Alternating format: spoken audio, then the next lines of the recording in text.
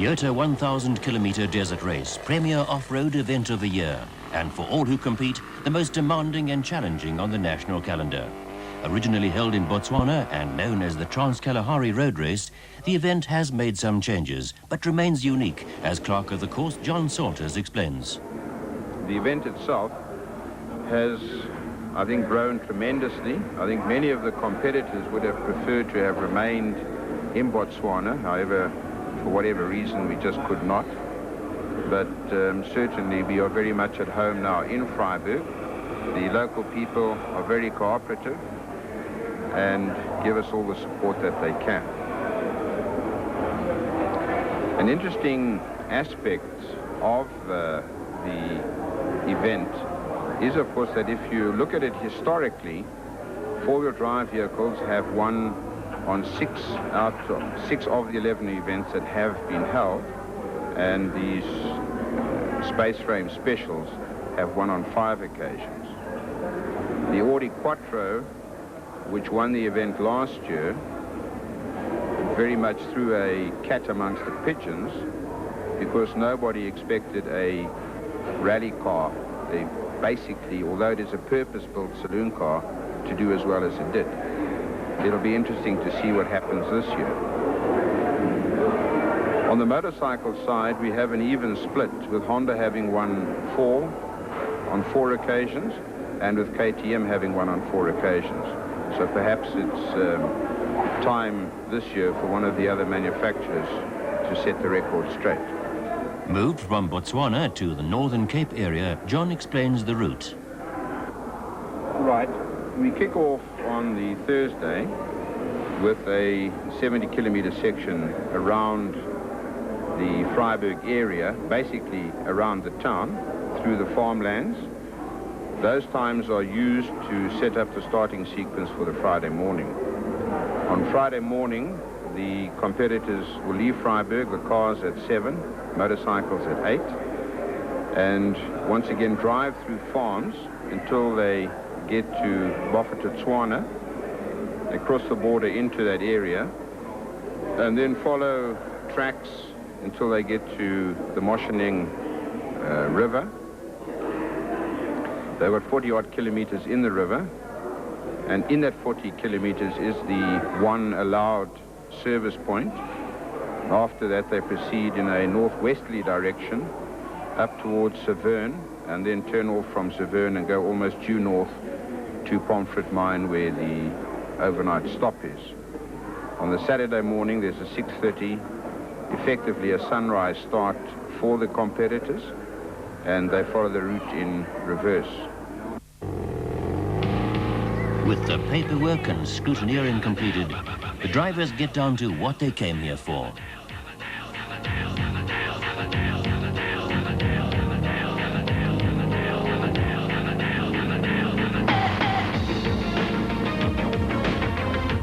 And the first competitors into the time section are released. War ein Punker unterricht in der großen Stadt. Es war in Wien, war Vienna, wo alles tat. Hatte Schulden, der Natur, doch ihm liebten alle Frauen. Und jede Lüge kam mit mir, aber der war super da. War populär, war so exaltiert, because hatte Flair. War ein Virtuose, war ein Rockidol. Und alles rief, kam mit Rock Me, aber der ist du nicht.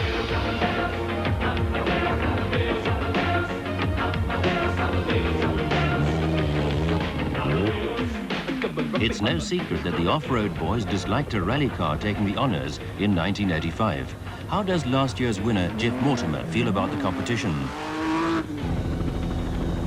I think the trucks obviously are the big threat, particularly the other rally driver-driven truck of Hannes Grobler. I think we'll have to watch what he's doing. Der Virtuose war ein Rockidol und alle suchten heute Captain Rock Me, aber der ist du nicht.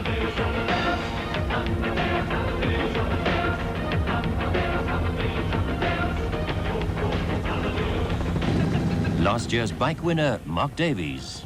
Well, I don't think the pressure's on me, Rob. I've had my break, and I think that the other guys are under more pressure because they're the ones that have got to win, and I know what I want to do, and I'm going to just set my pace and hope it works. That's what I'm going to do.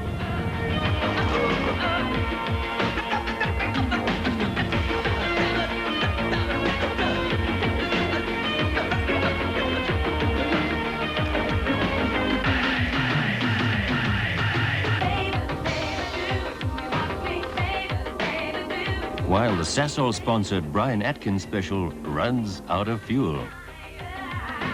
At the finish, competitors clock in their times, but at the first 500cc bike finish, there's no sign of Mark Davies or Alfie Cox. A single rock on the road has ended the race for the two top contenders, Cox with a broken leg and Davies with spinal and knee injuries. Rob, I think the racing section 1, the 70k loop, is the hardest part of the whole race because everyone rides like a lunatic. They normally put us over probably the worst section of the whole race, and you thrash your bike more than anything. So if you get through the first day with no damage, 90% of the time you'll get through the whole race. Words spoken only hours before the race. So, as the two top competitors are flown to hospital, the motorcycle race becomes open house.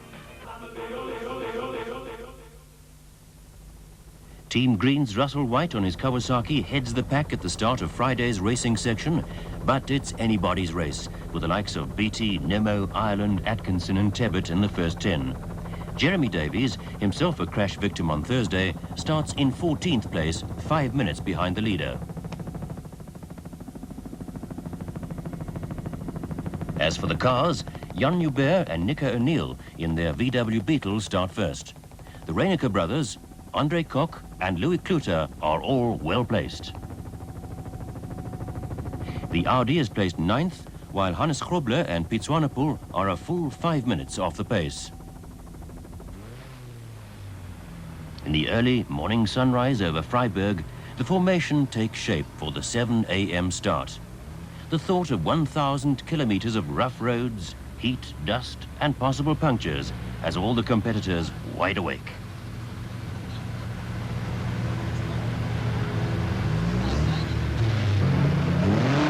As Jan Hubert rolls off, he can only hope to put as much daylight as possible between himself and the big Nissan of R.P. Reinecker.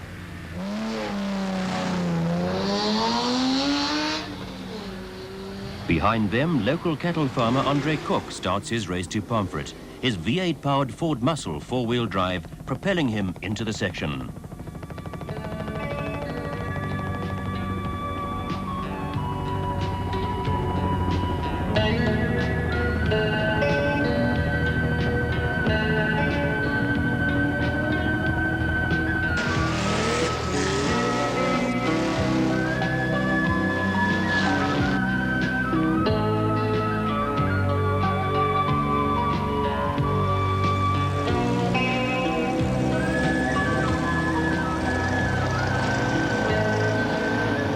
Richard Schilling and Jürgen Hertel get their starting orders.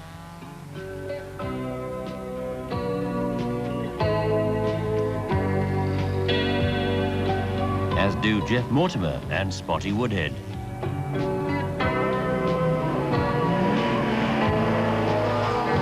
Some 40 kilometers into the race, R.P. Reinecker has the lead, pushing Jan Hubert and his Beetle into second spot.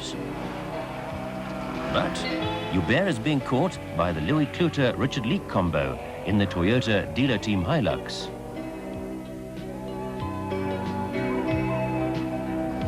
With Mortimer making an impressive charge behind them.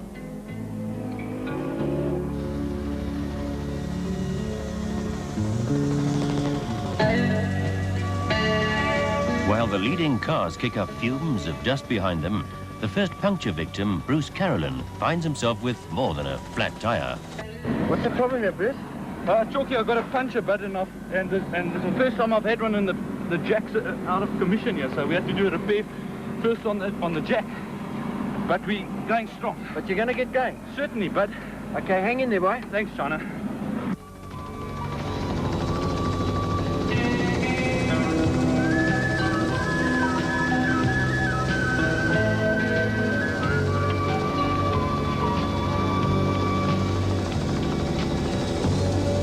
Mortimer takes third place from a sporting Hubert.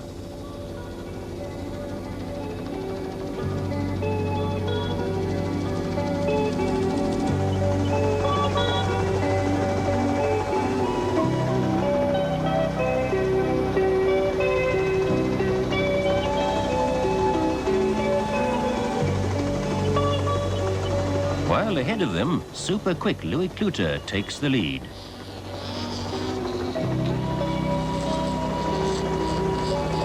At the second checkpoint, 192 kilometers from the start, the order remains car 400, Kluter. Car 605, Arpi Reinecker. And car 600, Jeff Mortimer in the Quattro.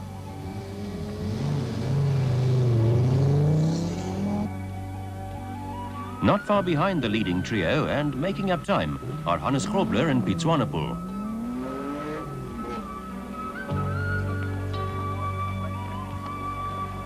The bike boys congregate at the Freiburg start.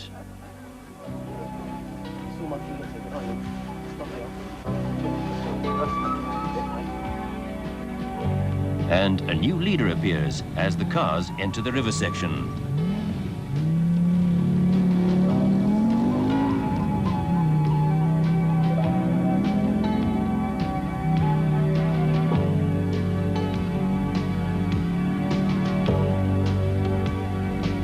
With Mortimer now in front, Kluter hangs on to second spot.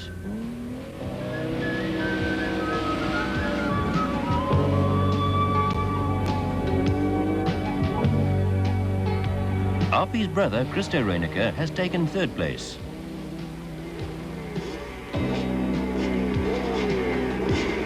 "8 a.m. and the first of the 54 qualifying motorcycles starts the race.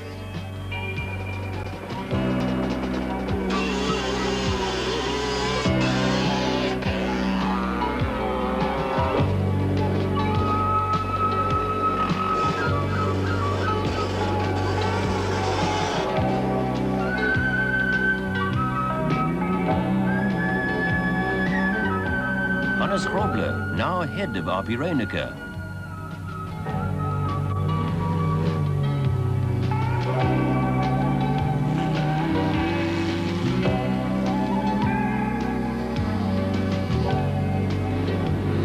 Who has Andre Koch pushing from behind.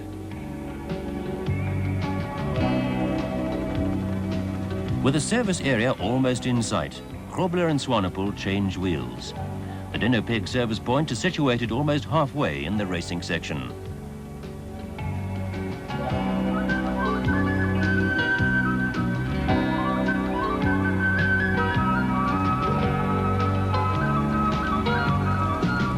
With the leaders already refueled and back in the race,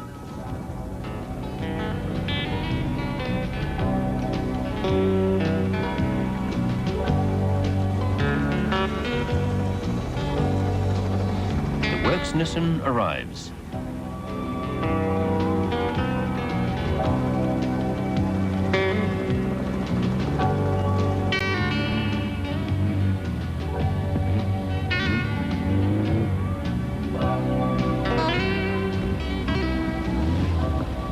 For some, the stop means a major overhaul.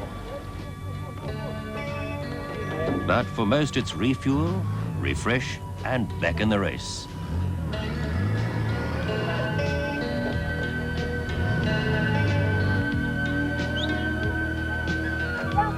Only half an hour behind the leading cars, the motorcycles near Dinopeng.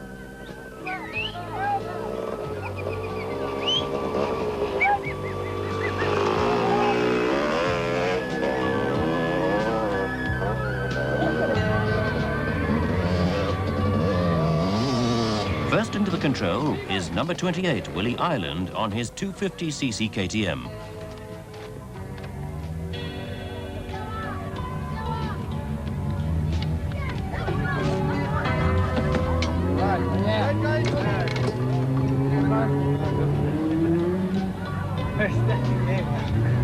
Give it a shake.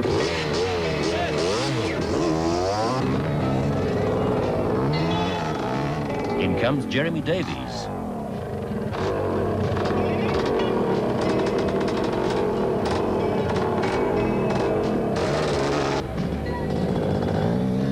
And Kevin Tippett.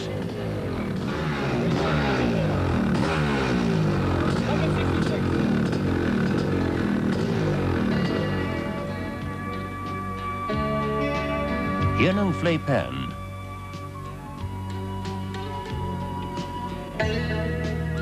375 kilos into the section, and still the Audi leads the race.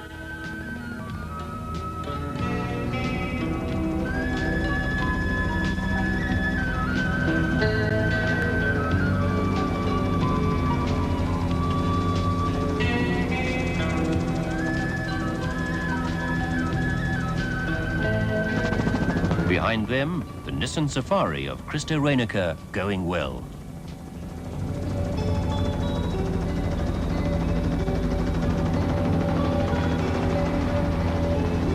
Their target in the shimmering distance, the overnight stop of Pomfret Asbestos Mine.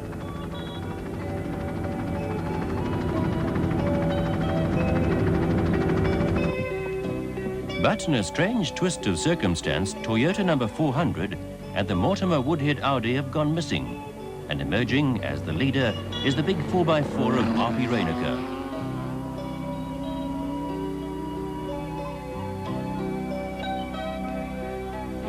With brother Christo behind in second place.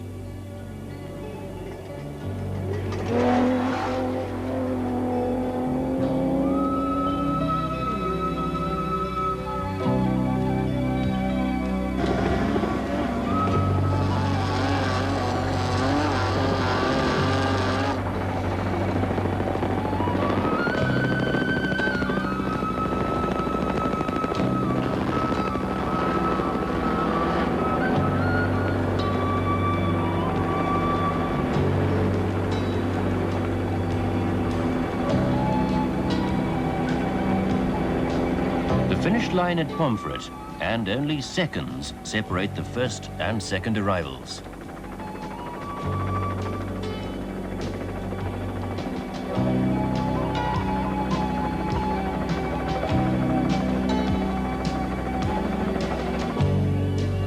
In third place, Hannes Grobler and Piet Swanepoel.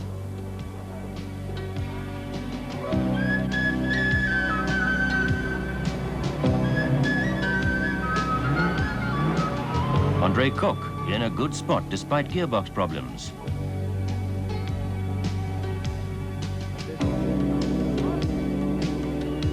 First special in, Vincent and Louise Trethui in their Chernow.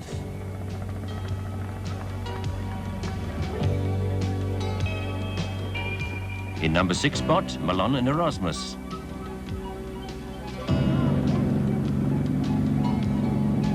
Viljoen and Venter.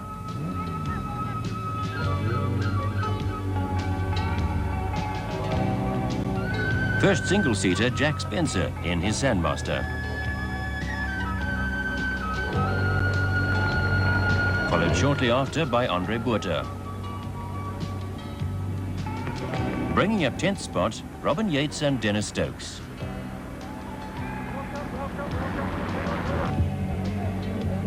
Jeremy Davies heads in the field of bikes. Oh, it's well up so far. First bit was smooth. After the first 100Ks, it started getting rough. Since then, you haven't been able to relax. But otherwise, bike's going fine. Long way. Have you had any problems, any failures? Just the exhaust pipe. I had hassles with the tailpiece, and after that, nothing. It's gone like a dream. Punches? Nothing. I'm running tubeless tires, so I haven't overheated anything. Perfect. Now, a lot of the bikes have run out of fuel a few times. How did you go? I just made it. I pushed to the fuel stop number 3 by about 200 meters short. But some guys 15K short of the fuel stop had run out. So it's quite tough up to now, so. Right, now you've got a whole trek back tomorrow. How do you feel about that? I'm not really looking forward to it. It's because it's going to be really hard. But once we through the first 300Ks, it'll even out a bit, so it'll be easier. Behind Jeremy, his teammate Kevin Tebbett.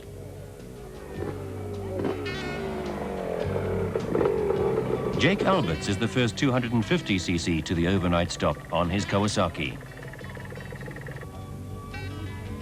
With the vehicles locked up in the pound area, those still in the race have time to rest and recover. But for many, their race is run.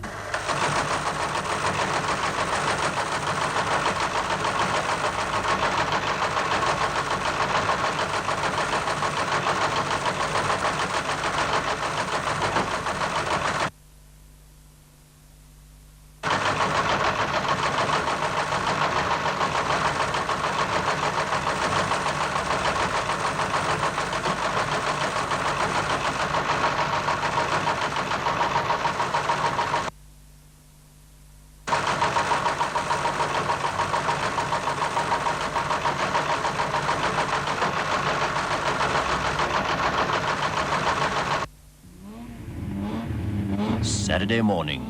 06:30. Tired, muscles aching, though still able to compete, face 500 kilos of hell. Arpi Reinicker roars off the line, well aware of the slender lead he holds over brother Christo. Hannes Grobler, now recovered from a severe condition of fatigue and dehydration, heads off into the sunrise.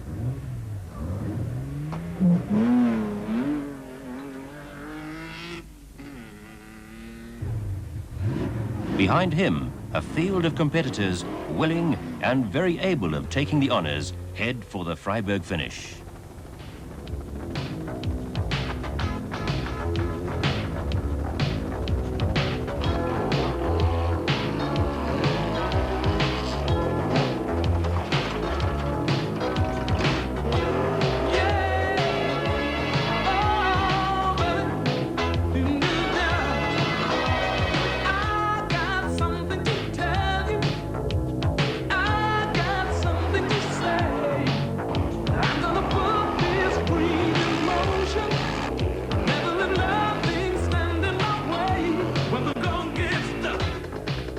Confidently, Jeremy Davies heads the pack of two-wheeled warriors. But disaster as Jeremy's bike pulls off the road only 500 meters from the start. Kevin Tebbett roars past the stranded Davies to take the lead. Uncannily, as if the machinery knows what lies ahead, some bikes resist the race.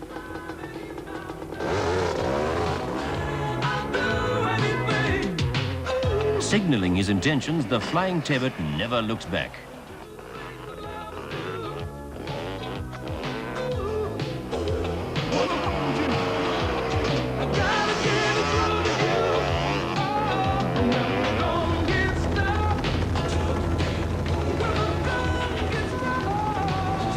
Ahead in the race, it's Christo Reinicker first into the river, with the flying Hannes Grobler determinedly inching away Christo's lead. As Christo arrives at the refuel stop, news is that brother Arpi has run his race with gearbox problems.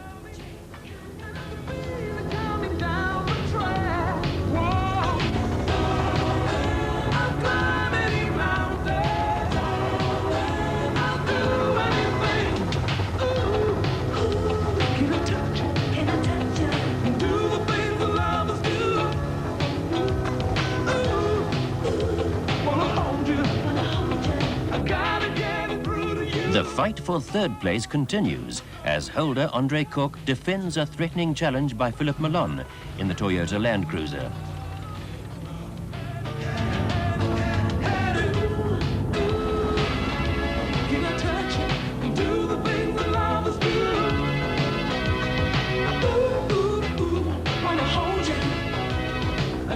The final bid for first place has been made, and as Grobler develops a hard fight for lead, Reinicker clutches his valuable second spot.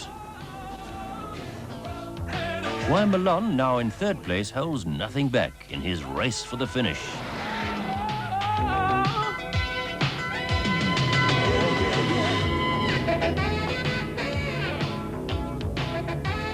Leading the bikes, Kevin Tebbett refuels.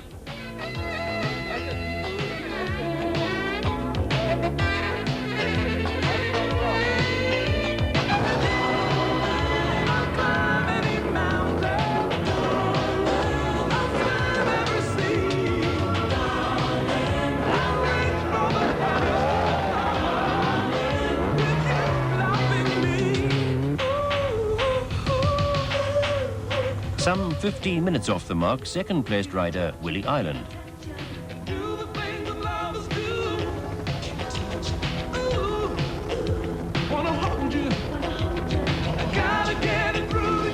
Mistakes cost time, and not one of the leading competitors can afford any as they race for the finish.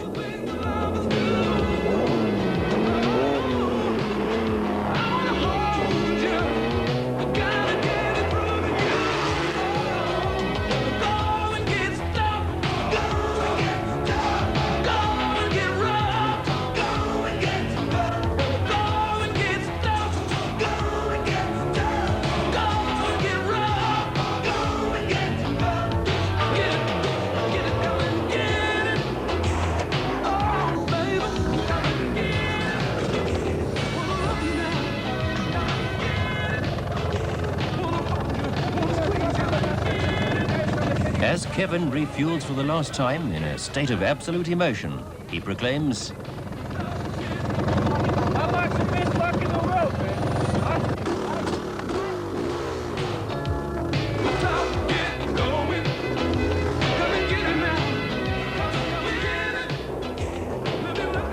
in attempting to regain his third spot, Andre Cook tries too hard and takes out a gatepost.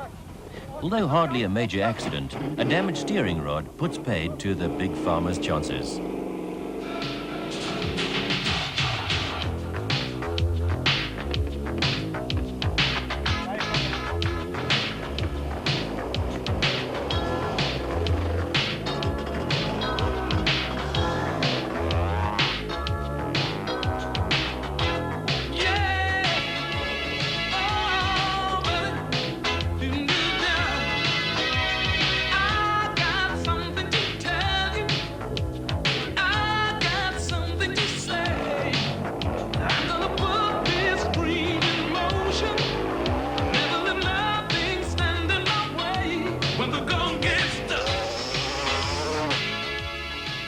Hannes Grobler and Piet Swanepoel have timed their race perfectly, and unchallenged, they take the checkered flag.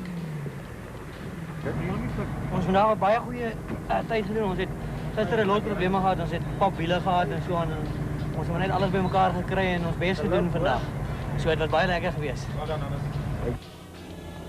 12 minutes later, Christo Reinicker and Piet Botha confirmed their hard-earned second place, giving Nissen 1 and 2.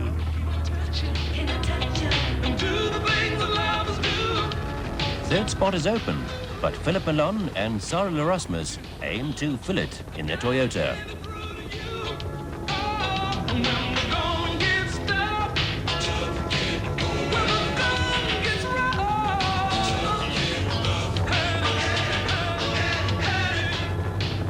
So while Bike 66 heads for home,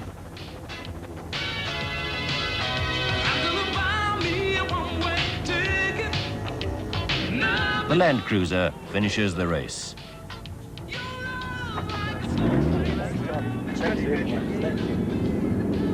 Dit was een tough one. Dit was baie taai, die hele ding, maar die klippe man, die klippe. Die petrol, ja, nee, ons het papwiele gehad en brandstofprobleme die hele pad, maar die voertuig was absoluut fantastisch man. As the end slips into sight, Kevin looks every part a winner.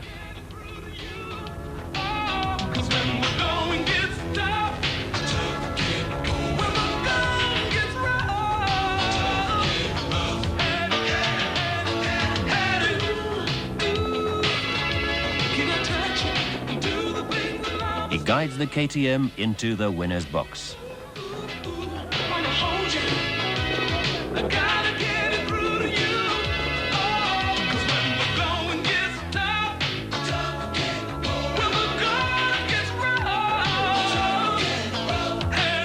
For Willie Ireland,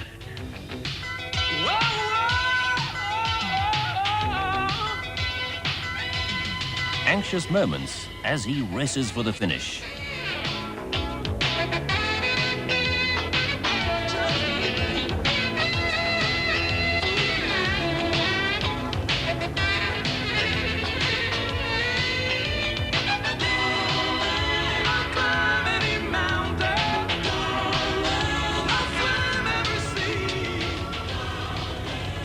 The honours are not only for those who excel, but for those who cross the finish line at the end of one of the most crippling desert races run.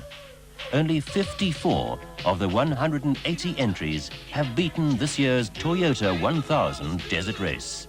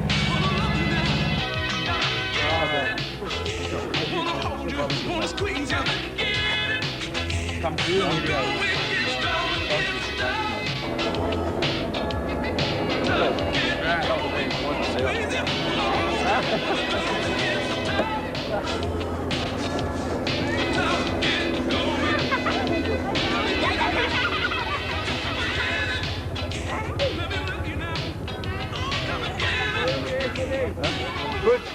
Come on.